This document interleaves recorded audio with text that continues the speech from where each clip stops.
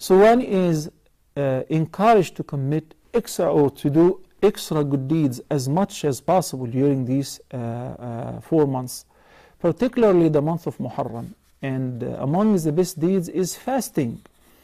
And as a matter of fact, it has been reported in the Sahih Hadith that the Prophet ﷺ said, the best fasting after the month of Ramadan is fasting during the month of Allah, or Allah's month, the month of Muharram. So voluntary fasting during the month of Muharram is highly encouraged, particularly on the 10th of Muharram. The 10th of Muharram marks a great event. When the Prophet ﷺ entered Al-Madinah, as the hadith is narrated by the great companion Abdullah ibn Abbas, may Allah be pleased with him and his father, he said that the Prophet ﷺ noticed that Bani Israel were fasting on the 10th of Muharram. He inquired about it. They say that is a day in which Allah saved Bani Israel from the Pharaoh, and he drowned the Pharaoh. So we are celebrating the day. Musa celebrated the day by thanking Allah, and he fasted on the day, so we too fast on the day. At that, the Prophet ﷺ said, نَحْنُ أَحَقُّ بِمُوسَى وَمَنْ مَعَهُ. We have more rights to Musa alayhi salam than them, than the children of Israel. So he commanded his companions to fast on the 10th of Muharram, the day of Ashura.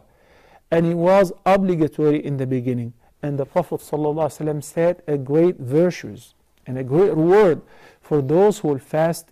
Even afterward it became voluntary.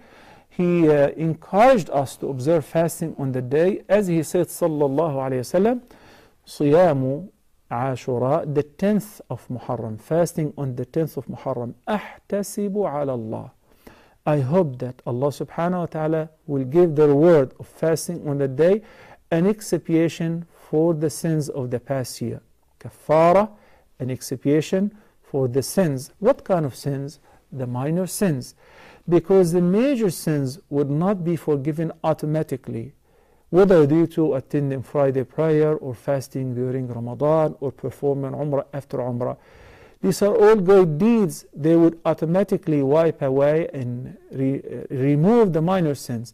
But the major sins, where the person who's indulged in them or in any of them, require an independent tawbah and a commitment that the person would not redo that sin once again. So imagine if we, insha'Allah, in a few days, in 8 days from today, will be the 10th of Muharram, if we get to fast on the day. Imagine having all the sins of the past year been taken care of. Those who are lucky to perform Hajj, their sins have been forgiven as well. Those who are lucky to fast on the 9th day of the month of Dhul Hijjah, if they were not performing Hajj, they were very lucky, because they have the sins of the past year and a year to come were forgiven as well. Allah the Almighty is the most generous, He is the oft forgiving and the most merciful.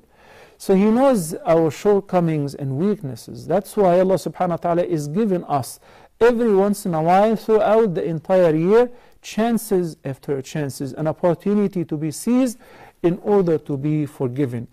And marks the vast mercy and forgiveness of Allah subhanahu wa ta'ala. Then if one does not seize these opportunities, he is indeed a big loser. By just fasting on the 10th of Muharram, Allah subhanahu wa ta'ala will forgive the sins of the past year. Abdullah ibn Abbas, may Allah be pleased with him, narrated that the Prophet sallallahu alaihi wasallam, he said, I never saw the Prophet sallallahu alaihi wasallam so keen to fast on any day other than the 9th day of the 10th day of the month of Muharram, which is Ashura. This hadith is collected by Imam al-Bukhari. I'll continue talking about what's mustahab or recommended during the month of Muharram, and the etiquette or the sunnah with regards to fasting on the 10th of Muharram. As far as the fact that some of the companions said to the Prophet sallallahu alaihi wasallam that the 10th day of the month of Muharram was also venerated by the children of Israel. because of the event of saving them from the Pharaoh and drowning the Pharaoh. So wouldn't that be considered like copying them, fasting on the same day? The Prophet ﷺ said, because he did not want to do anything similar to Ahlul Kitab or to non-Muslims, even with regards to the ibadat or the various acts of worship. He said, if I live to see the next year, I shall fast, or we shall fast on the 9th as well. So he intended to fast a day before the day of Ashura. So this way we will be different in our practices than the children of Israel. But the Prophet ﷺ, it so happened that he died before reaching that day. So it is a sunnah to fast a day before the 10th of Muharram. Let's say the 9th. If one fails to fast on the 9th, then perhaps the 10th. If one happened to fast the 9th, the 10th, and the 11th, that will be the best. So the least is to fast only on the 10th. Or a higher level to fast a day before along with Ashura, or a day after along with Ashura, along with the 10th.